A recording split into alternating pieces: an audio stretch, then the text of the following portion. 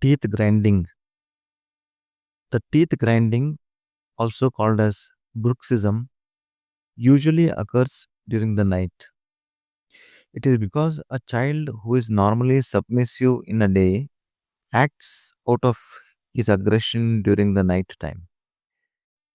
That aggression will come out in the form of grinding of his teeth.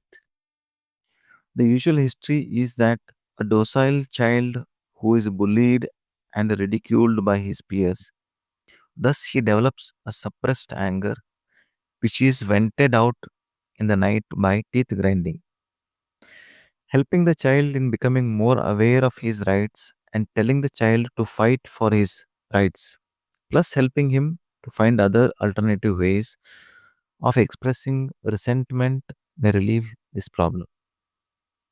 Organic causes for bruxism includes worm infestation, chronic abdominal disorders, middle ear infections, allergic rhinitis, anal pruritus. These should be sorted and treated.